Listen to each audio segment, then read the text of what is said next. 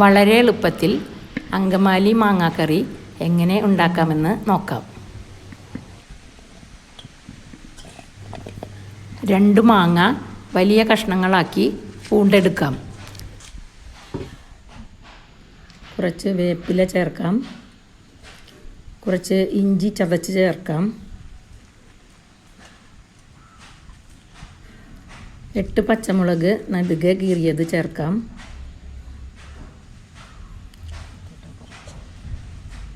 ചെറിയ ഉള്ളി 2 എണ്ണം അരിഞ്ഞത് ചേർക്കാം. ഒരു വലിയ സബോളയും കൂടി ഇതിൽ ചേർത്ത് യോജിപ്പിക്കാം.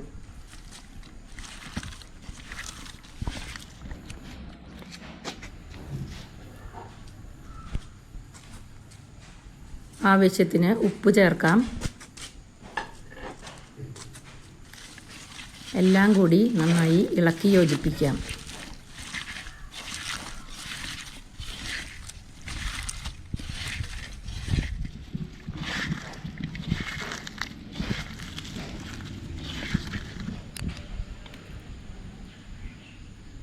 ഒരു ടേബിൾ സ്പൂൺ വിനാഗിരി ചേർക്കാം.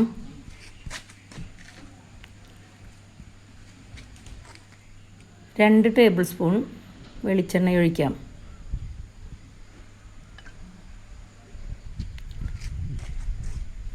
അതിനുശേഷം വീണ്ടും ഒന്നുകൂടി തിരുമ്മി യോജിപ്പിക്കാം.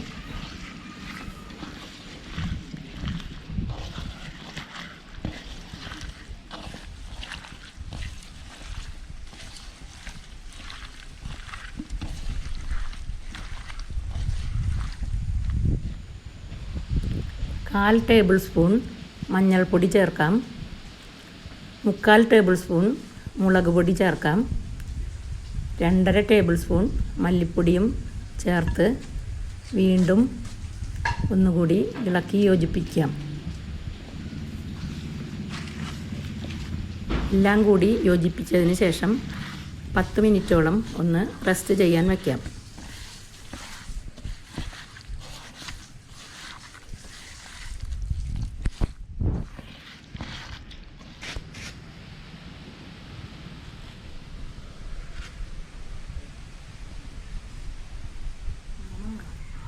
നാളികേരത്തിൻ്റെ 2ാം പാൽ എടുത്ത് 3 കപ്പ് ഇതിലേക്ക് ചേർക്കാം.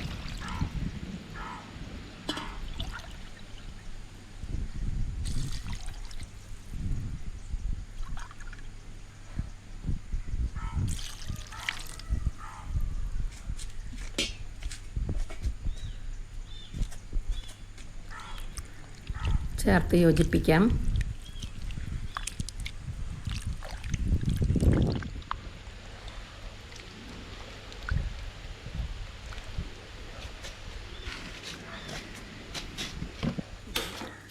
അടുപ്പിൽ വെച്ച് 10 മിനിറ്റോളം തിളപ്പിച്ചെടുക്കാം.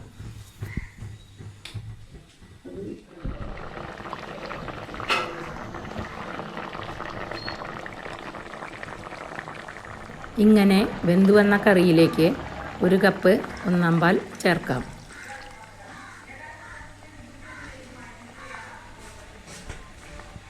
ഇനി തിളപ്പിക്കേണ്ട.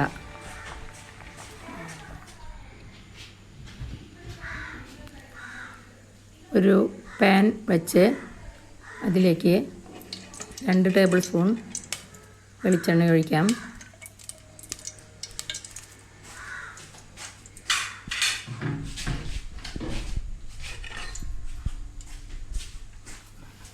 കുറച്ച് കടുക് പൊട്ടിക്കാം.